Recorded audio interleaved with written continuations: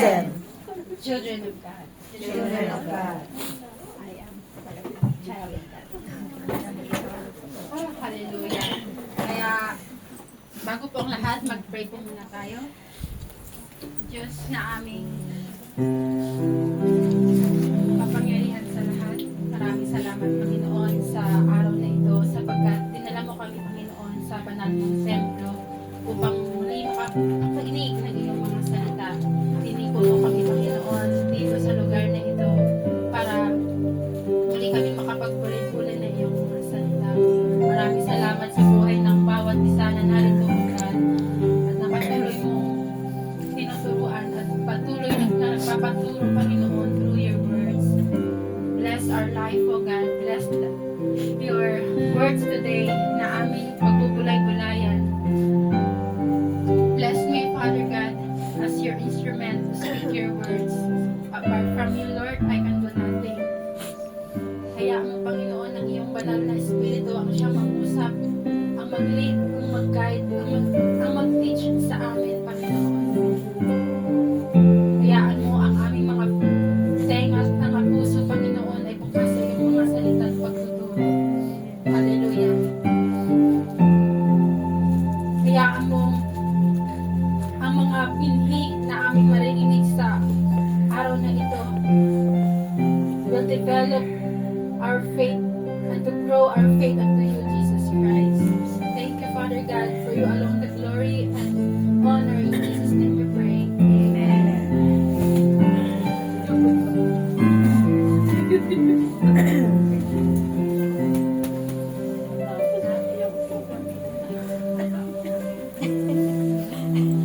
Yun ang gusto mo.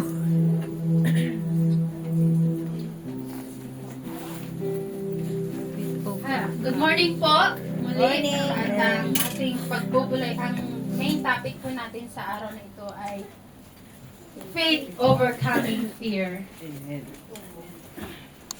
Sabi po sa salita ng Diyos sa 2 Timothy for chapter 1 verse 7. Alam po ng lahat na ito. Sabi po dito, for the Spirit of God gave us not make us timid or fear, but give us power, love, and self-discipline. For another translation po is sound mind. So faith overcoming fear. Faith over fear is a spiritual mindset that encourages choosing trust in God or positive belief over anxiety and worry, especially in uncertain times. Lalo na sa panahong ito, napakarami po nating naririnig, nararanasan, inflation, tumataas yung rate dito sa Hong Kong, but then, ang mga bilihin sa Pilipinas, napakataas. We are worried. At kung nababasa natin yung ang salita ng Panginoon, parang, siyempre, mag-wonder yung ating mind. Ito na ba yung Lord, yung sign mo? But then, take heart, kasi sabi ng Panginoon, hindi pa yung panahon, pero alam natin malapit na. Amen? So, this is the time na pinapa-remind sa atin ng Panginoon to strengthen our faith unto Him. Amen? So, God knew that we would be people who struggle with fear. Tayo lahat, kahit hindi man natin aminin, in our heart, in our mind, mayroong talagang fear, takot sa ating mga puso. Amen po ba? Amen. So, He knew that in our world darkened by sin, there would be many things to be afraid of. Marami po tayong nakikita, marami tayong naririnig, rumors of wars. There's the wars actually is happening right now, lalo na sa Middle East. So, pero sa Biblia, if you search the Bible, the word fear is mentioned 326 times. Kaya ganun na lamang po ang pag-aalala sa atin ng Panginoon, do not be afraid, over and over and over again. So, faith and fear cannot coexist. Cannot exist together. Faith described in Hebrews 11 verse 1, sabi po dito, now faith is confidence in what we hope for and assurance about what we do not see. So as being certain of what we do not see, sabi dito. The assurance. Ito po yung assurance natin. At pinangahawakan natin yung pananampalataya natin sa Panginoon. Amen? Na may Diyos tayo na faithful po sa atin. Na kahit ano pong mangyari sa panahon ngayon, there is God who is in control. Amen. It is an absolute belief, our faith, that God is constantly working behind scenes in every area of our lives.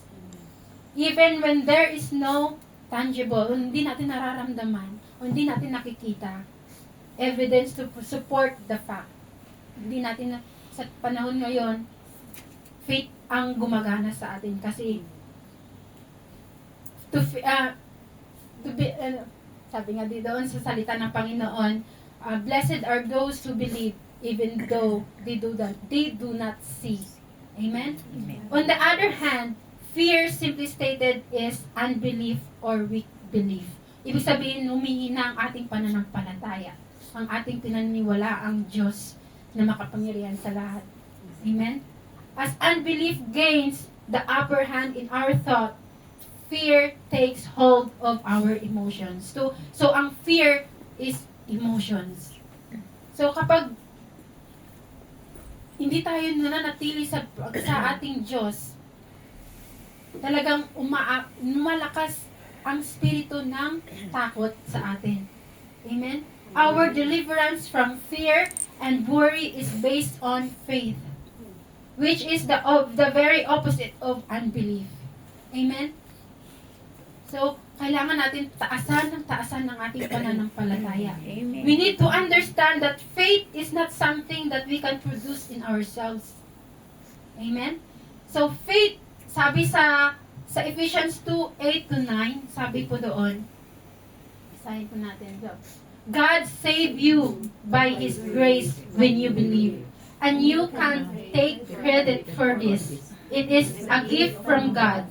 Salvation is not a reward for the good things we have done, so none of us can boast about it. So, wala po tayong mamalaki, sapagkat ito ay regalo ng Diyos sa atin, ang salvation, ang ating pananampalataya sa Kanya.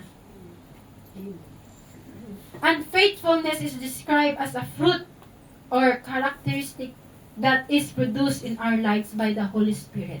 So, kailangan tayo, we are Spirit-led. We Christians, we need to be Spirit-led. Sabi po sa Galatians 5:22-23, sabi po dito, but the Holy Spirit produces this kind of fruit in our lives. Love, joy, peace, patience, kindness, goodness, faithfulness, gentleness, and self-control. There is no law against these things. So, kailangan po natin itong mag-cultivate sa ating mga sarili ang fruit of the Holy Spirit. Amen? So, the Christian's faith is a confident assurance in a God who loves us, who knows our thoughts, and who cares about our deepest needs.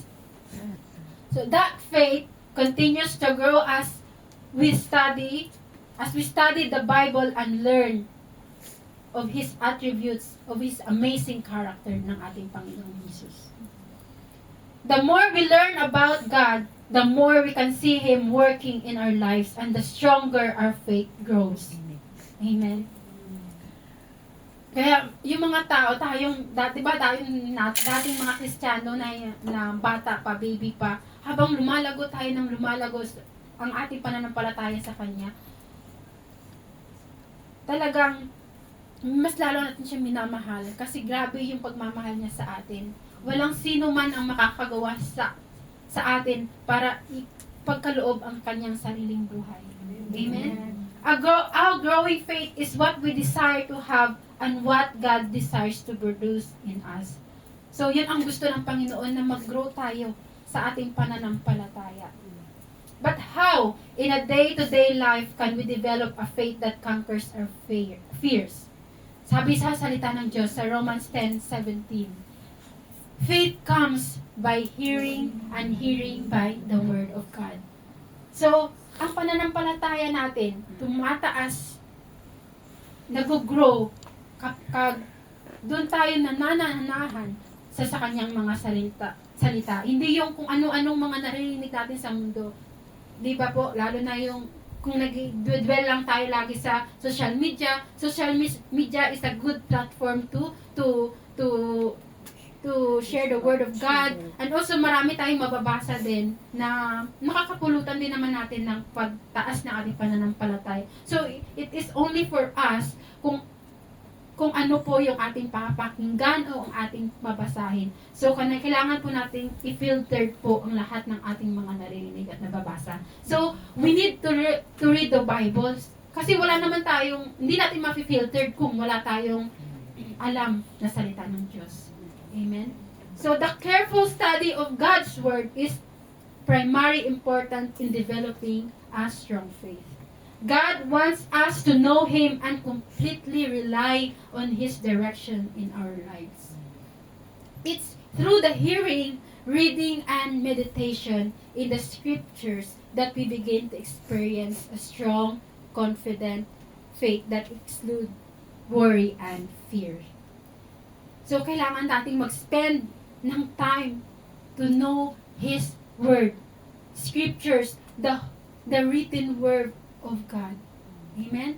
So, yun po ang love letter ng ating Panginoon. Ito din ang manual ng ating buhay na dapat nating lalakaran. Amen? Kaya wag po nating kaligtaan ang salita ng Diyos. Spending time in prayer and quiet worship develops a relationship with our Heavenly Father that sees us through even the darkest of our life. In the Psalms, di ba si David, kaya sa Biblia talaga, hindi lang kasiyahan ang nilalagay doon. Hindi lang ng kasiyahan ang nababasa natin, kundi yung mga kapagyatian din, katulad ni David, marami, katulad ni Paul. So, lahat po yun is relevant.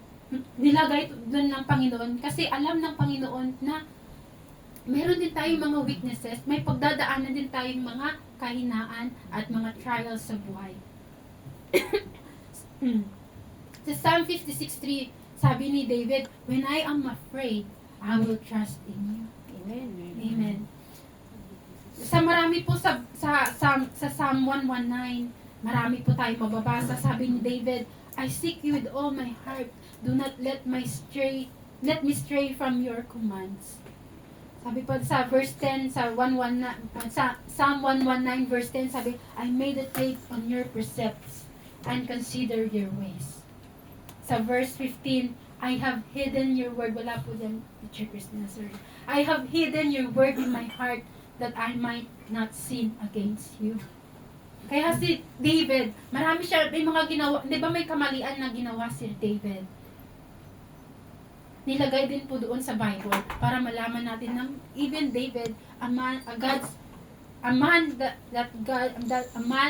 after God's own heart ay nagkakaroon din ng kahinaan. Thank you po sa today. These are revealing words which speaks to us as a wisdom today. So God is kind and understanding towards our weaknesses. Kaya yun nga, tayo ay alam ng Diyos ang kahinaan natin. Amen? Amen. But He requires us to go forward in faith.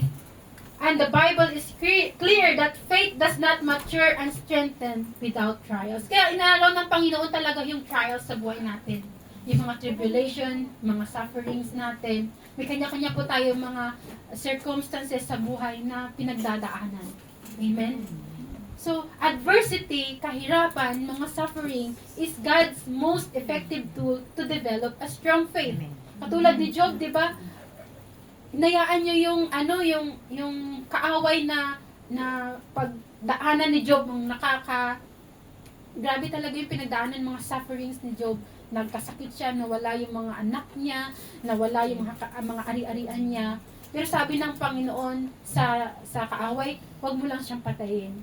So, doon na-develop yung faith ni Job sa Panginoon. sa kanyang kapighatian. So, the pattern is evident in Scripture. God takes each one of us through fearful situation. And as we learn to obey God's word and allow it to saturate our thoughts, we find each trial becomes a stepping stone to a stronger and deeper faith. Amen? Kaya, talagang hinahayaan ng Panginoon yun. Minsan, doon talaga tayo kinukuha ng Panginoon sa mga desperate situation, di ba, natin. Kasi, pag walang-wala na, hindi na tayo nag-rely on our own strength, doon pumapasok ang Panginoon. Amen? Doon siya nagpaparamdam na, I am here. Amen? It gives us the ability to say, He sustained me in the past, He will carry me through today, and He'll upload me in the future. Kaya kung kayang gawin ng Panginoon noon sa atin, kung ano mang pinagdaanan natin noon, kaya ulit ng gawin ng Panginoon kung ano man ang pinagdadaanan natin ngayon, na mapagtagumpayan po natin lahat yun. Amen? So, we need obedience to the Word of God also. So, kailangan natin talagang paglakaran ang ating mga naririnig, ang ating mga binibigay ng Panginoon na mga salita niya sa atin. So, sabi nga sa James, di ba, we are not the hearer of the word of God, but also a doer. Amen? God worked this way in David's life. When David volunteered to fight against Goliath, sabi ni David, the Lord who delivered me from the paw of the lion and the paw of the bear will deliver me from the hand of this Philistine. Nagtiwala siya sa Panginoon. Sa 1 Samuel 17:37 po yun. Sabi niya, David knew that God, the God who had sustained him through dangerous situations in the past, he had seen and experienced God's word and protection in his life, and this developed within him a fearless faith. Kaya napaka ng pananampalataya ni David, dahil nga marami na siyang pinagdaanan. Hinarap niya si Goliath nga po, di ba? Dahil napakiliit niya at napagtagumpayan niya yun.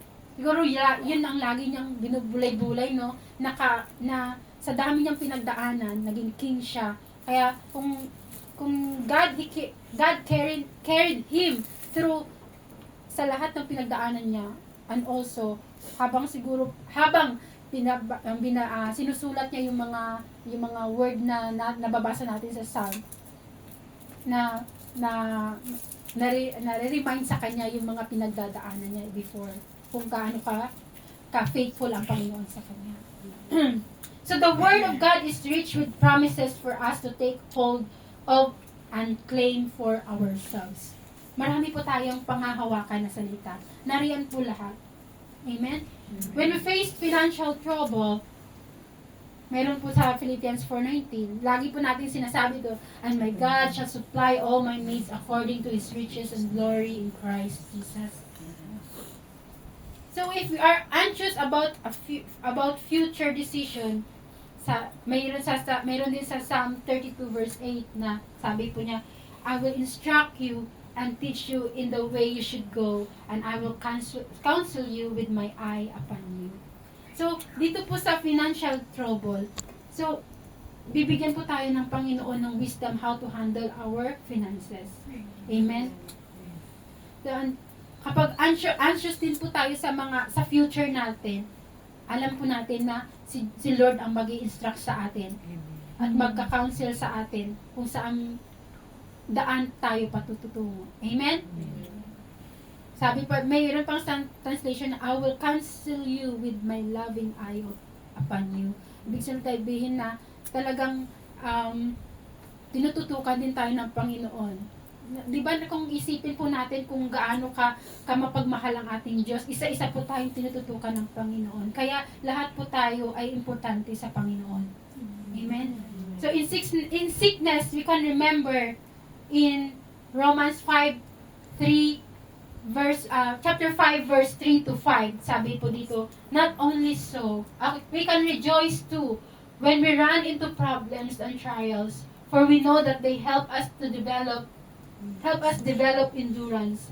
And endurance develops strength of character. And character strengthens our confident hope of salvation. And this hope will not lead to disappointment. For we know how dearly God loves us because He has given us the Holy Spirit to fill our hearts with His love. So sinusulat to ni Paul na kasi marami po siyang pinagdadaanan that time. Nasa prisons po siya, meron po siyang sakit na sabi niya ilang beses niya daw na pinapanalangin na kunin ito ng Panginoon pero hindi kinukuha. Pero he keep rejoicing. So kung ano pong pinagdadaanan niya. Kaya sabi niya dito, sa pagtatyaga niya, nade-develop yung character niya, nade-develop yung pag-asa na binibigay ng Panginoon sa atin. Amen? Kasi in the coming times, mas grabe pa po. I'm not saying it, hindi ko na ginagratify yung fear sa atin right now. Pero marami po tayong mga tribulation in the coming times. Kasi marami po, kapag nababasa po natin sa Biblia, sabi doon, birth pain. Kung alam po natin yung birth pain, sigurado alam natin yun, ng mga lalo na yung mga natin talaga. Alam po ninyo yun, yung mga nakapanganak na, di ba, birth pain. Kaya lagi kong narerema talaga sa mind ko yung birth pain. Kasi pag napapanood ko rin yung mga napapanganak, parang ako nasasaktan. Parang, kasi nakita ko na rin yung kapatid ko na nanganak. So, parang, dati doon pa ako sa Pilipinas, nanganganak siya, yung grabe yung itsura niya po ba, yung panay, siya. Kaya parang ako nasasaktan sa kanya. Kaya naalala ko talaga yung sabi, birth pain. So, marami pa tayong, mas masakit yun, di ba? Sobrang sakit na, sabi nga yung kabilang paa mo na nasa hukay na. Diba po? Kaya ito yung paalala lang din sa atin ng Panginoon to grow our faith and strengthen our faith into Jesus. At kung meron man someone that turns against us, we can be comforted by the word of God. Sabi niya, if God is for us, then who can be against us? Amen?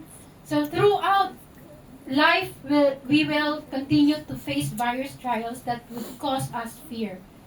Amen? Marami po tayong mararanasan na mga fear. So kaya napakapalad po tayo dito sa ministry natin ng deliverance. Kasi nga, hindi tayo nagdedwell doon. Kasi meron po tayong mga positive mind na hindi na tayo nagdedwell sa problema kundi sa trial. Sabi yan di ba, ni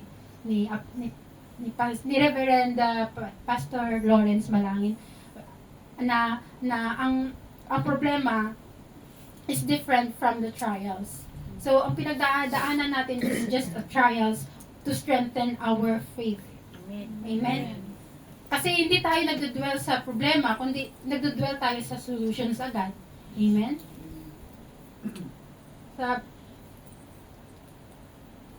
At minsan din, okay. But God assures us that we can know a calm peace through every situation. Sabi dito sa Philippians 4 verse 7, alam kong maraming do not be anxious about anything. But in every situation, by prayer and petition, with thanksgiving, present your request to God. And the peace of God, which transcends all understanding, will guard your heart and mind in Christ Jesus. Amen. Lahat po tayo, dapat talaga, mayroon tayong, may 911. Tayo, yung 911 natin is prayer.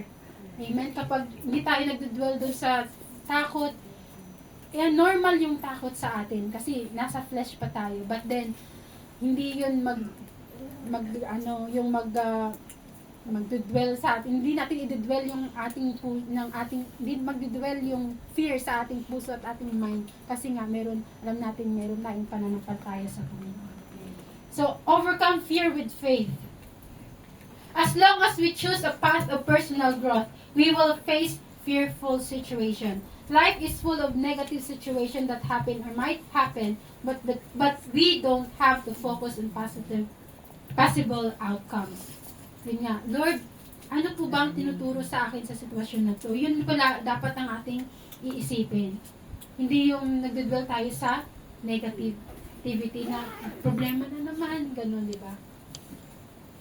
So, God's ultimate goal is intimacy with us and our total dependence on Him for sustenance. Kasi nga, di ba, pag may problema, pag may mga napapagdaanan tayong trials, mas lalo tayong lumalapit sa Kanya. Mas lalo nating nakikilala ang Panginoon. Kasi kapag wala po tayong napapagdaanan, parang balikat lang tayo sa mga nangyayari. Parang wala lang din. But then if may mga trials po tayo, talagang doon tayo lumalago ang ating pananampalataya at tumatatag. Amen? When we focus on Jesus, we learn to do the best we can, grow from our mistakes, and release our fixation on outcomes. So, talagang gumagawa tayo din ng paraan. Amen? Para maging grow tayo. Mag-grow ang ating pananampalataya. And doon tayo natututo sa ating mga kamalian. Amen? If we continue to operate by fear, it becomes our compass instead of Christ. Overcoming the spirit of fear with faith helps our spirit grow stronger and we become more confident and authentic. Kaya nung alala ko talaga nung Friday pa ako, ang dami ko talagang to God be all the glory, dami talagang nireveal ni Lord sa akin that time na marami kang gustong gawin, marami kang nairami siyang nireveal talaga on me. Kaya doon na talaga na-strengthen yung faith ko. Kasi ina-isolate niya talaga. Sabi ko, Lord, bakit ganito? Parang naka-isolate ako, parang minsan wala akong kasama, wala akong masabihan talaga ng kasi lahat ng mga kasama ko before, mga bago, yung parang ikaw lang nagdadala sa mga kasamahan mo kasi nga mga baby Christian pa sila, and then you need to be strengthened talaga your faith para ma-share mo sa kanila kasi yun ang calling po natin. Kasi tinanggap ko po yung leadership na yun. And pero nung time na yun na parang na sa akin yung responsibility na ay ganun pala. Kaya ang daming pinagdaanan natin din na habang may malakad pala, talagang marami tayong pagdadaanan sa ating pananampalataya sa Panginoon. And that to God be all the glory sa kung anong pong meron. Kaya sabi ko nga doon na parang naka-isolate lang ako. Hindi ko nararamdaman na may kaya gustong-gusto ko may kasama before nagpe-pray ako na may ka-fellowship din sana ako na at saka may kasama ako na mataas yung pananampalataya. Doon nga nagkaroon din ng answer prayer naman ako kay Teacher Maribel. Nakasama ko siya before. Yeah. And lang yun, alibay. Pero yun ang ganda kasi ng ginawa ng Panginoon that time talaga. Ilalagay kanya talaga sa wilderness na tinatawag niya na may isolation. Kailangan mo mag-isa muna. Kasi in times of troubles, in times of trials, magagamit mo po yun. Amen. So sabi ni Larry Richard, fear is a friend because it is only when we are afraid that we plumb the depths of trust. We cannot know what trust means unless we live through an experience in which the Lord is all we have to hold on to. May inaalaw ng Panginoon yung fear sa atin para mas lalong mag-deepen ang ating pananampalataya, pagtitiwala sa Diyos. So we cannot know what trust means unless we live through an experience. So, hindi natin alam kung ano talaga ang totoong trust. Kaya kapag tumataas ang ating pananampalataya, yung naalis ng Panginoon yung fear, di ba nagkakaroon tayo ng authentic talaga ng faith. Genuine. Kaya kahit ano pa mangyayari sa atin, hindi tayo agad-agad na-wave ng fear. Amen? Amen. So, doon natin naranasan din na si Lord lang ang ating pinangahawakan. Amen? Lalo na tayo dito sa Hong Kong na nagtatrabaho, na mag-isa tayo sa ating amo. Ang dami nating, may na-encounter tayo minsan sa ating amo na hindi maganda, di ba? Si Lord lang ang nakakasama natin. At si Lord lang pinagsasabihan natin, pinagsusumbungan natin. That is trust na na-build na ng Panginoon sa atin. Amen. Kaya, what a wonderful God we have na meron po tayo sa ating buhay. Amen. A trustful reliance on God's character and God's word is vital. Ibig sabihin, mahalaga to overcoming the spirit of fear with faith. Amen.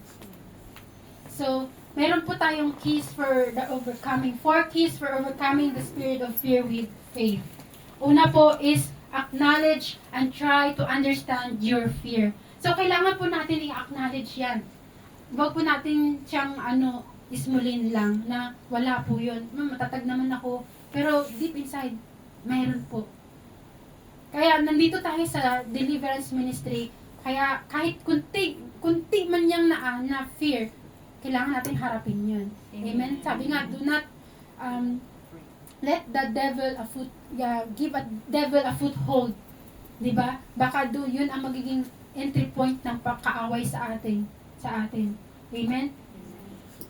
So, i-acknowledge mo. Kaya kailangan nating sabihin na, Lord, natatakot po ako. Amen? Another po is, learn your fear triggers. So, and be prepared to rein in emotion. Ay, yung emotion natin, lalo tayong mga babae, sabi nga nila sa scientifically explanation, we are walking hormones. Kasi may mga, tayo talagang mga babae, may mga wave, yung wave natin, moods, may mga mood swings tayo. Kaya kailangan, alam po natin yun. Amen? So, it is also helpful to have a techniques to calm down when fear hits. So, kailangan natin talagang, merong nagtumutulong sa atin na pakalmahin yung ating mga sarili. Amen? Sa akin talaga, nagde-declare ako ng Word of God. Amen? Glory to God. Kasi nga, yun nga, di ba, yung babae talaga, dapat i-acknowledge natin yun. Huwag natin ismulin na wala tayong nararamdaman na gano'n. So, mag-focus tayo sa Diyos, not on our own strength. Hindi sa problema, kundi sa Diyos. Kailangan may warfare versus tayo. Warfare na may pinangawakan every area ng every aspect sa buhay natin, kailangan meron tayong pinangawakan na Bible verse. Kaya in-encourage tayo ng ating Reverend Banji na kailangan mag-memorize tayo ng Bible verses kasi yun po ang ating pinangahawakan. And then, pangatlo po is study the Bible. So, yun nga, meditate the Word of God. So, yun talagang pinaka-importante. Makakinig tayo dito ng mga katuruan dito sa church, pero mas maigi pa rin talaga yung personal natin na ginagawa na magbasa ng salita ng Diyos. Iba po yung encounter ng salita ng Diyos. Amen? Learning scripture and studying by biblical heroes will help us renew our minds in preparation for battle. Bible study will help us live more in the moment. Kaya hindi tayo masyadong humahakbang. Kasi minsan yung utak natin, lumulukso-lukso na. Hindi tayo nag-live in the moment. Amen? Talagang na-advance na yung ating isipan. Amen? Kaya kailangan talaga focus muna ano ba talaga yung kailangan kong gawin. Amen? So, tutulungan po tayo ng Panginoon. Amen? Through the Word of God. So, palitan po natin ng truth. Yung ini-input ng kaaway sa ating isipan. The truth will set us free. Amen? Huwag mong paniwalaan lahat ng iniisip mo. Iniisip natin. Huwag natin paniwalaan yun. Palitan natin ng hindi ko kaya. Diba? Yung God is my strength. Yung palitan natin yung mag-isa lang ako. I'm so lonely. God is with me. Yun ang ipalit ko natin. Amen? Diba? Masama kayo. Amen? So, we walk by faith faith and not by sight anymore. Amen? Amen. So, number 4 po, develop a habit of prayer. So, when fear begins to creep in, ask God to surround you with peace and comfort. So, prayer talaga comes our nerves in our physical body talaga. Yun talaga, nararamdaman po natin yun, di ba? Pag nagpe-pray tayo, there is peace. Nare-release, parang may mga toxic na sa mind natin na nare-release. Amen? Amen. So, kailangan mag-declare po tayo. Declare tayo ng salita ng Panginoon. Kaya kanina, mag-declare ng mga positive things sa ating buhay. Sa atin. Kasi magmamanifest po yun. Talagang mag-overflow yun po sa ating mga puso at isipan. Sabihin po natin out loud talaga. Minsan, pag wala tayong amo, no? Siguro may ginagawa nyo yun. Ako minsan, nagsumisigaw ako eh. Pag wala akong amo, sinisigaw ko talaga. Kasi yun nga, minsan yung voice ng kaaway, sobrang lakas. But you know what? Sabi, may narinig akong turo. Sabi, when the voice of the devil, of the enemy is so loud, ibig sabihin ang layo-layo niya. Kasi nga, sumisigaw siya eh. Sumisigaw siya. But then, ang spirito ng Panginoon, gentle siya. Amen. Kasi nga, nandiyan lang siya sa atin eh. Amen. Amen? He counts our heart and our minds. Amen. So, kaya, wag mong i-entertain yung kaaway. Amen. So, God created us to live with spiritual abundance so we can enjoy our relationship with Jesus. Ang gawa ng kaaway to steal, kill, and destroy our peace. Amen? And still our relationship to God. But then take heart. He already overcome the world. Amen. It is already finished, sabi ng Panginoon, kung panghahawakan pa natin. Kung hahawakan natin ang salita ng Diyos. Share our gifts with others and persevere in our God-given purpose. Kailangan hanapin na po natin ang ating mga purpose. Amen? Hindi lang tayo katulong. Hindi lang tayo dito nagsisilbi sa ating mga amo. Pero sabi nga, nabasa ko, we can be many. Sabi, we can be helpers, we can be teachers, we can be pastors, we can be worshipers. Amen? Marami tayong purpose. Maraming binubungkal si Lord sa atin para makita po natin yung purpose natin dito sa buhay. Akala ng amo natin, helper lang tayo, but then, akala nila yung nagsisilbi tayo sa kanila, yun lang ginagawa natin. Akala nila malungkot tayo, or dukhang-dukha ka, but then in our heart, we know our purpose, we know our worth. Amen? Kasi hindi yun ang isip ng tao ang tinitingnan natin, kundi ang tinitingnan natin ang Panginoon. Kung ano yung paningin sa atin ng ating Diyos. Amen? Amen. Fear doesn't have to take these promises away from us. When you embrace the keys to overcoming the spirit of fear, worry no longer dominates our life. Amen. So, sabi sa Romans 12:2, kaya ito, lagi natin talagang pagbulay-bulayan. Don't copy the behavior and customs of this world, but let God transform us into a new person by changing the way we think. Then you will learn to know God's will for you, which is good and pleasing and perfect. So, kailangan natin talagang manahan doon sa presensya ng Panginoon. At kailangan natin, huwag nating lakaran ang gawa ng mundo. Kasi doon nare-reveal kung ano talaga yung purpose natin dito sa mundo. Is to please God. Amen? Kaya marami talagang story sa Bible that gives us courage then to face our fears. Nandun po yung Peter walks on the water. Di ba? Peter steps out of the water during a storm, di ba? Demonstrating faith na nagwe-wave, na nagda-doubt. He begins to sink only when he focuses on the wind and water rather than Jesus. So illustrating that focusing on circumstances causes fear to overcome faith. Amen. Hindi siya nagkaroon pa siya ng doubt that time. So, dapat mag-focus po tayo kay Jesus. Si Jesus, at that time, ang sarap ng tulog.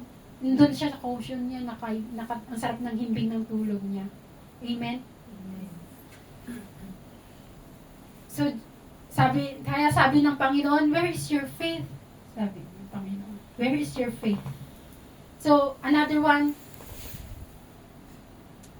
Jesus calms the storm after na tinawag po siya, di ba? So, while disciples fear for their lives, Jesus controls the storm, highlighting that faith is trusting Him when situations seems out of control according to the Bible. According to Mark 4:35 to 41. So, meron din dito sa parable of talents, katulad ng mga bagay na meron tayo. Minsan may pinagkakaloob ang Panginoon sa atin, di ba? Minsan natatakot tayo, lalo na yung tithes and offerings natin, natatakot tayong ibigay kasi nga kung baka kulangin, baka mag-short tayo sa mga finances natin. Tulad dito sa parable of talents. 'Di ba binurid ng iba, binurid Tagalog, nilibing, binaon ng iba, pero yung iba nag-invest pa sila. Kaya sabi ng Panginoon, kung pagkakatiwalaan tayo, kung pinagkatiwalaan ka sa maliit, mapagkatiwalaan ka sa malaki. Amen. Hallelujah. So marami po tulad ni Esther din sa decision niya na encourage ang mga kasamahan niya to fast and pray. To fast and pray dahil nga may coming destruction na darating sa mga Jewish, mapatayin po sila. So, anong ginawa ni Esther? Talagang walang makakalapit sa kasi yun sa hari. Pero talagang si Esther nilakasan niya yung kanyang loob para harapin ang hari, para pakiusapan na wag silang patayin mga kasama niya mga Jews. Amen? Basahin po natin yan sa Esther 4. Kaya kailangan po nating magbasa ng Bible to encourage us and para maalis po ang fear na sa ating mga puso-isipan. Amen? God has given us a weapon against fear. There is a Word of God. There is the Spirit of God. And there is the presence of God. Sabi, where is the Spirit, presence of God, there's peace, there is freedom, there is joy. Amen? So, yun lamang po. Sabi ng Panginoon, God promises us sa Zechariah 2:5. May nalagay ko ba dyan?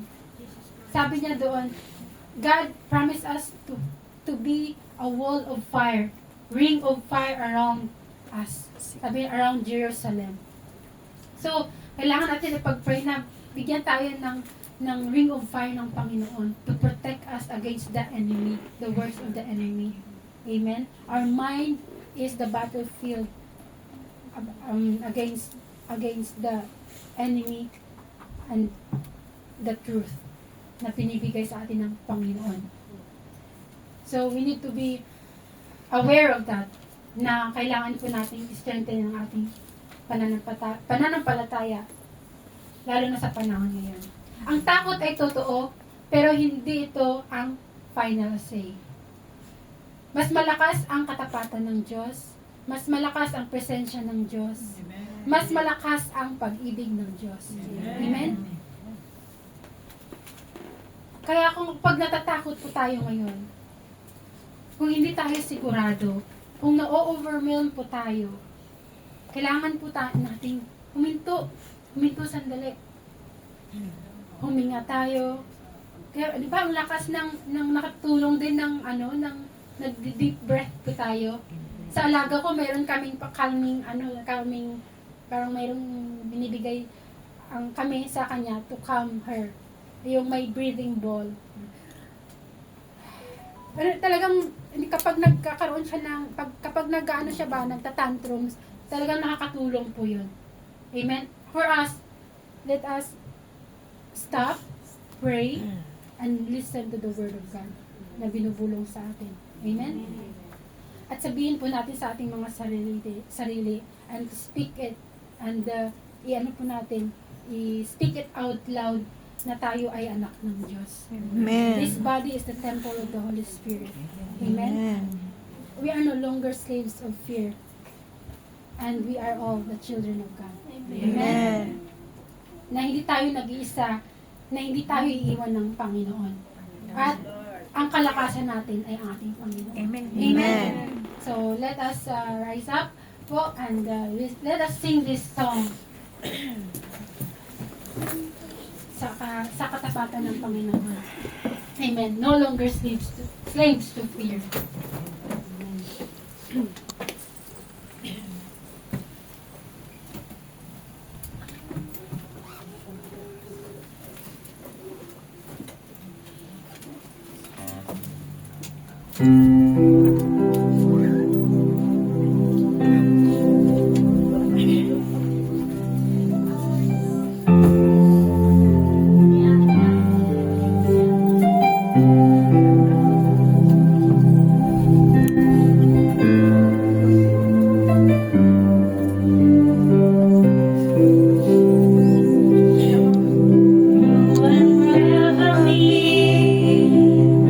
Let a melody